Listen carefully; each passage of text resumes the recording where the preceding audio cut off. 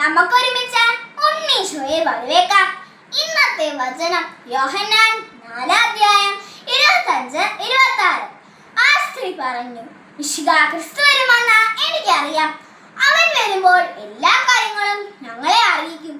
ഈശോ അവളോട് പറഞ്ഞു, നിന്നോട് സംസാരിക്കുന്ന ഞാൻ തന്നെയാണ് അവൻ. പ്രിയപ്പെട്ടവരെ, ലോകം മുഴുവൻ രക്ഷയ്ക്കായി കാത്തിരിക്കുന്ന പിതാക്കന്മാരുടെ പഴയ നിയമ കാലഘട്ടങ്ങളെ നമ്മൾ അനുസ്മരിക്കുകയാണ്.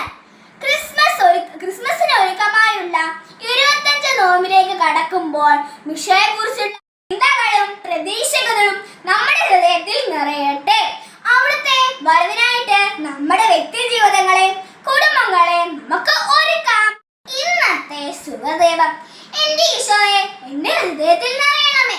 ഇന്നത്തെ പ്രവൃത്തി, ഭക്തിപൂർവം കൈകൂപ്പി 10 നന്മ നിറഞ്ഞ മറിയം എന്ന പ്രാർത്ഥന ഉണ്ണീശോയ്ക്ക് നമുക്ക് കാഴ്ചവെക്കാം.